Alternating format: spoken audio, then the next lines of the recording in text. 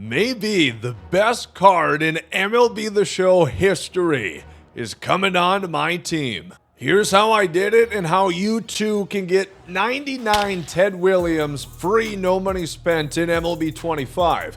Leave a like down below, subscribe to the channel if you guys are brand new, and let me know in the comments section how close are you to 99 Ted, or do you have him? Let's get into it.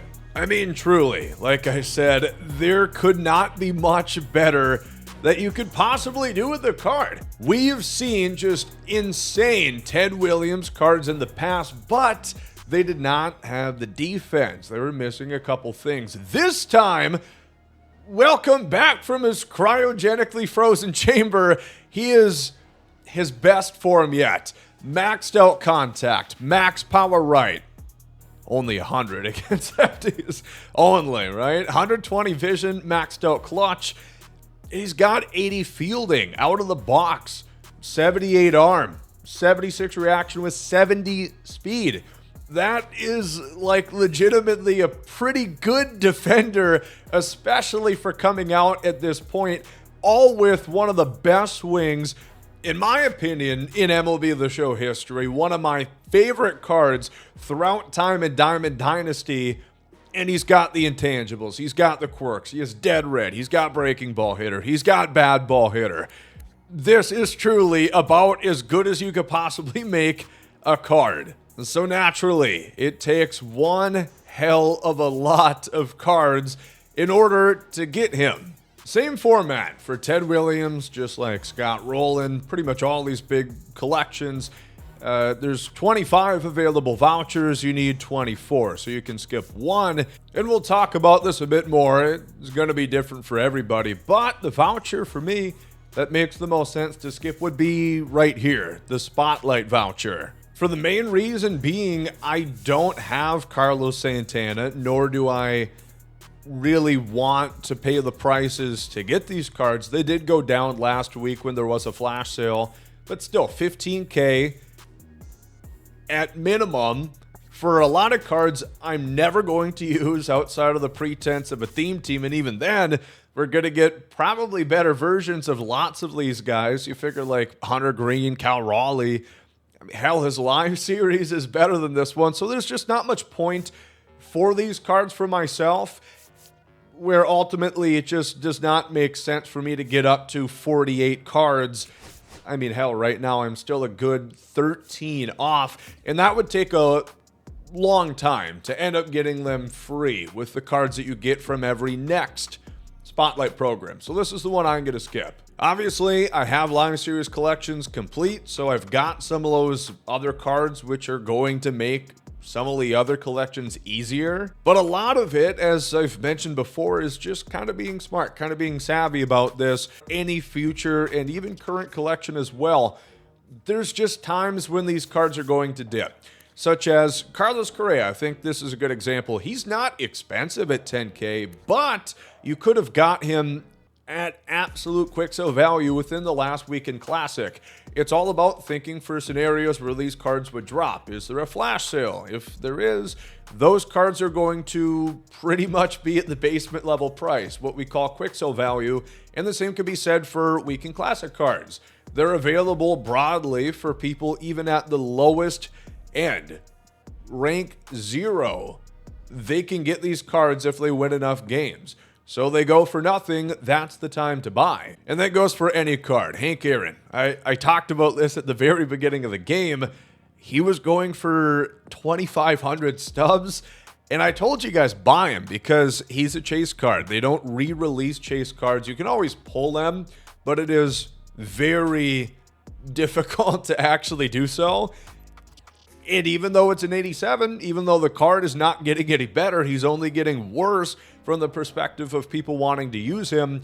His value is going to increase because he's part of a valuable collection and he's scarce. There's not many more Hank Aaron circulating on the market. But the biggest thing for me, Ted Williams, he came out last week. He came out 8-9 days ago at this point, which it would have been great to get him day one, but I think my point is here, it doesn't matter if you get him a little bit later. We saw how good that card is. It's okay if you don't get him day one, because he's going to be the best player at that position until years from now. Whenever you load up the game again, you really cannot get much better than Ted Williams.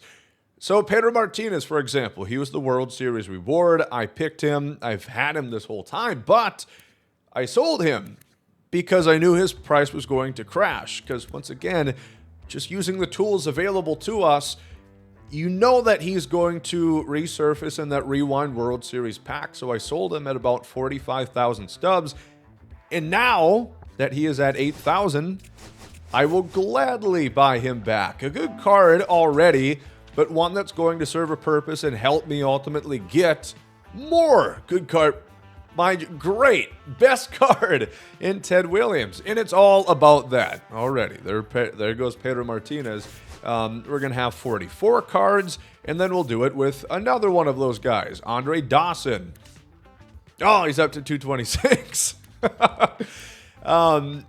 He, again, was a astronomical price, especially considering how poor this card is.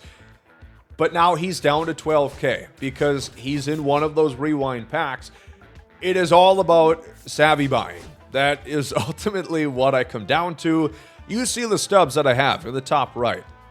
I could have bought Dawson at that asinine price that he was, but why would I do that if it means, okay, I get this card a couple days earlier? That's how I stay ahead. So now with Dawson and Pedro Martinez loaded up, 45 players, boom, there's the All-Star voucher, which I know a lot of people are going to want to skip that one. And it makes sense because there is some more expensive cards. There's a lot of chase cards in here, which I don't have any of those chase cards, except Hank Aaron, I suppose, but I bought him at a very, very cheap price. Otherwise, it's just a lot of guys that you get from just playing. Standout series, we were able to make World Series once again. We picked up Al Leiter, who's at a pretty good price right now, still about 65,000. There's two choices here. There's George Springer, who went down, same thing as Pedro Martinez, and then Renifo, who is down at that price as well. And you know what? This would be a good example, a good time to buy Renifo, because even though he's always going to be in that rewind pack, there is going to come a point where he's not available for that short span, and now they're breaking up the multiplayer programs into two. So for the first 2 weeks, that first span, you can't get that pack. This price could cause to go up a little bit more. Regardless, this is a good price for a 92 that you can get, which is going to help you in future collections. And I say that really for any of these cards. Ask yourself, what are the difficult collections to do? A lot of people say All-Star, a lot of people say Standout. Second half has caused some ire between players. The Award Series Milestone. Well, that tells you these are probably going to continue to be difficult to do collections. So Cliff Lee, a 92 sitting at about 16,000. This also might not be a bad card to pick up at that price, much like we saw with the DJ LeMahieu, who was at a similar value, and he spiked because that Award Series collection was difficult. I mean, now he sits at a pretty reasonable 12K for what that card is, but you saw with the marketplace trends, he essentially doubled, if not more than doubled in price, because award cards are scarce, and they've now since put out a couple more. We've gotten that Mauer, the Ian Happ, the Marcus Stroman, but it was pretty scarce in terms of which ones, especially if you didn't have Roland and didn't already have Clemens, your options were few. So that card naturally would have lots more value as one of the very few Award Series cards that you could reasonably get. Also, a important tip, don't fall for the same stuff that I did. This year, if you go into a collection, if you press auto select, it selects from the top down, which sucks, and I'm pretty sure this was not the case the past couple of years. It sorts from top overall down to the bottom. You notice how it's not selecting my Harold Baines. who's a 91 who goes for 15K, who I would probably rather have in this collection than Outlighter, who, like we talked about, is 75,000. And again, even though I think he's a top 5 starter, I love Outlighter cards. The 86 was good. I only imagine how good the 95 is going to be. But the point is, same thing as Pedro Martinez. These are liquid assets that you can do with what you choose that can only help you in the future. So just pay mind to that. Be careful. I think when I was going over the stuff with Ted Williams, I accidentally did lock in Randy Johnson. Very good card. Not that I'm unhappy to have him.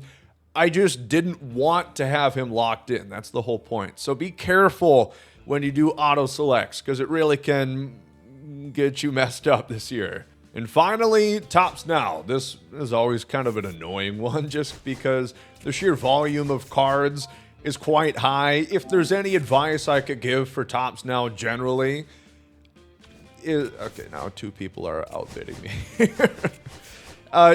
Try and get these cards when they come out. They're putting out a lot more of these packs, so people have opportunities to get these cards, which causes them to go down. And we've seen they're putting out more of those freebie, like Spotlight Player packs, and Topps Now are sort of getting buried.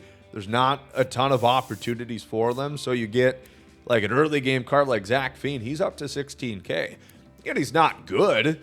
He's an 86, but he's scarce. There's not really many opportunities that you would have to actually get these cards.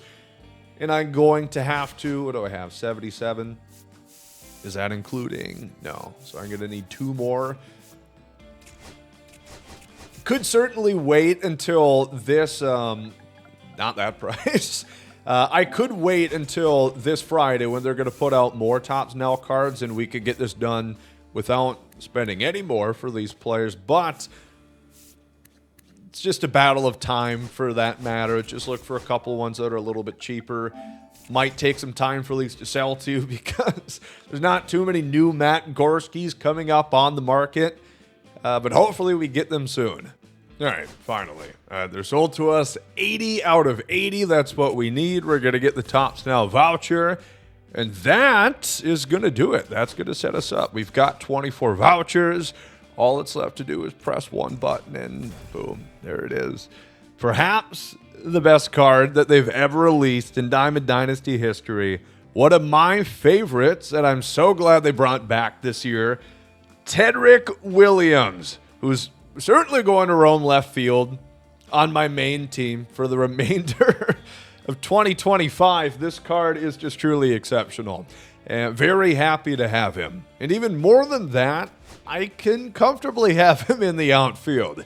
Unlike those past years that I talked about, you can put him in the outfield and be confident within his ability. So I am super stoked to have Ted on the team. This is what we're rolling with, I guess, on my best possible team. I don't truly run a best possible team all that frequently. I like to use different cards, as we do like with the tier list. I like to try out different stuff and whatnot, but Ted's going to be roaming left field for us, and definitely keep an eye out for some gameplay. I want to get more gameplay on the channel. The trouble is, it's only me operating the editing and whatnot, so between streaming and other videos, it can be challenging to get them all out in due time, but I guess that's another recommendation. Come watch on Twitch, twitch.tv/GomesDaLegend. We're usually playing there probably about 4 or 5 days a week, so come watch us there. So all in all, my biggest recommendations for big collections like this is just take it as it is. You know, kind of break it up into points. There's certain collections which are going to be fairly easy, such as Cornerstone. If you play, you're going to get this. And it doesn't take too awfully long. You just have to be intentional with your time and plan out, okay, this Marcus Semien, I'm going to need to use his 85, 87, his evolution card, right? And you just have to get that done at some point.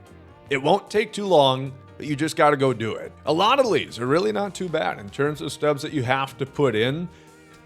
But again, something I would recommend, especially as we look forward to whenever the next Legend and Flashback collection comes, because there will be another. There's collections where they are not going to put out too many more cards of. I think Last Ride is a perfect example. I did not have this Nolan Ryan card, but I bought him because he is probably going to be going up in price. He did so when the collection came out. He dropped because they had the flash sales, and I got him, I think, for $5K. It was pretty cheap. But look at this. The first collection, there was 12 cards. Then there's 13. If you look at how many overall cards, that's 4, 8, 12, 13, 14. 14 cards. If they don't put out another, well, you know exactly that you're going to need all of them, in which case that Nolan Ryan will be required. I'm not saying that is for sure what's going to happen. It's just trying to think ahead. And that goes for any of those type of collections. You see, now we're getting more milestone awards, higher overall card series typically. So like contributor, we're probably not going to see as many contributor cards.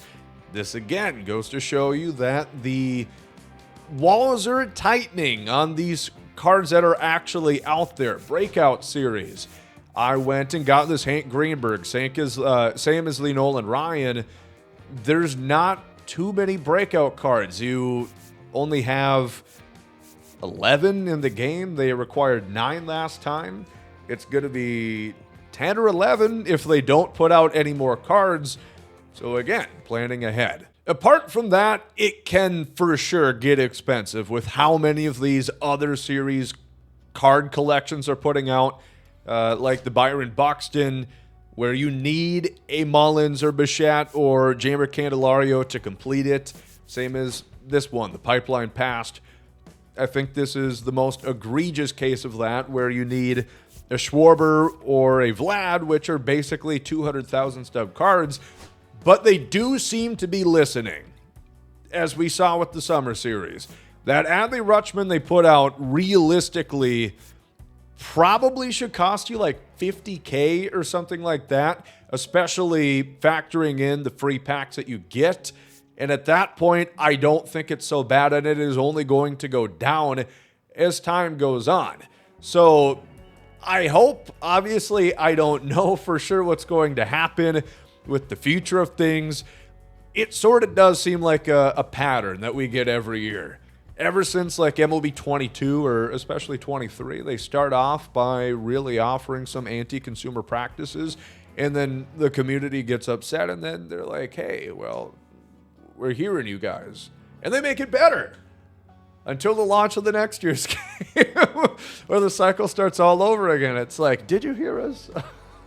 In terms of making stubs, it really hasn't changed. I mean, a lot of my fortunes have come from online rewards. We've made World Series every time, all 4 seasons. We've done well within the Weekend Classic to get some good rewards there as well. Always make sure to play out the multiplayer program. You are guaranteed lots of stubs, lots of packs, lots of XP, which can hopefully get you more stubs and everything along the line. A 50-pack bundle for free at the end. Diamond Quest continues to be very good for rewards. Whether you want to steamroll, go right to the Stadium Challenge and hopefully beat it for that 20K guaranteed stubs, or if you go throughout the whole map, there's no wrong way in doing it.